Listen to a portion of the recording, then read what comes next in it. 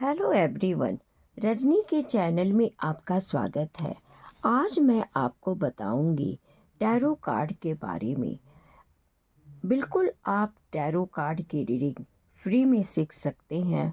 मैं बेसिक सिखाऊंगी, ठीक है, ताकि मैं जब लाइव में आप लोगों की रीडिंग करती हूँ तो आप समझ सकें कि किस कार्ड का क्या मतलब है। टैरो की उत्पत्ति इटली से हुई है, लेकिन कुछ लोगों का कहना है कि नहीं, टैरो भारत की ही देन है। लेकिन ये कुछ लोग कहते हैं कि जिन लोगों ने टैरो बनाया वो भारत के थे और यूरोप में जाकर बस गए, तो वो भारत की देन है, ठीक है। लेकिन टैरो पर जो भाषा लिखी गई है वो यहूदी भाषा में लिखी गई है, ठीक है। टैरो को 77 कार्ड में बांटा गया। एक कार्ड 0 नंबर का 78 हुआ, जिसकी गिनती नहीं है। 0 का मतलब फूल, एक बच्चा जन्म लिया और यहीं से इसकी ज़िंदगी शुरू हुई, डेथ तक वो ख़त्म हो जाती है। लेकिन सबसे लास्ट कार्ड द वर्ल्ड है।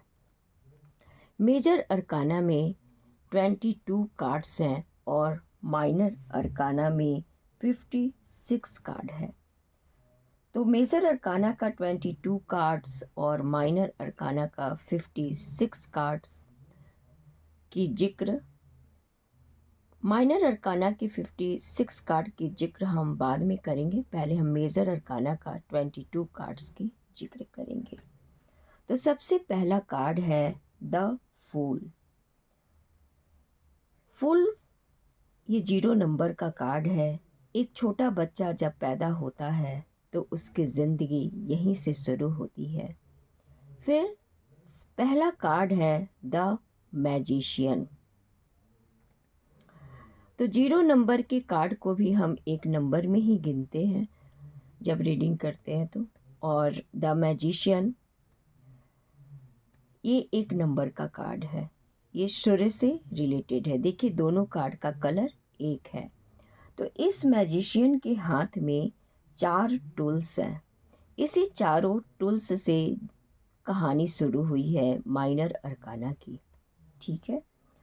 तो मैजिशियन के हाथ में है वॉन्ड्स, ये एक्शन को बताता है। कप, ये इमोशन और फीलिंग को बताता है। स्वॉर्ड्स, ये जीवन की चुनौतियों को बताता है। और पेंटिकल्स, ये प्रोफेशन और मैरिज लाइफ को बताता है, ठीक है। सेकंड नंबर का कार्ड है द हाई प्रीस्टेज। मैं छोटे छोटे पार्ट में बताऊंगी ताकि आप अच्छी तरह समझ जाएं, क्योंकि एक ही वीडियो में बनाने पर वीडियो लंबी हो जाएगी।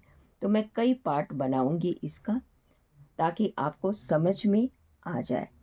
टैरो का जो चलन है वो इंडिया में प्रचलित टैरो हुआ 2000 के बाद। 2003 में जब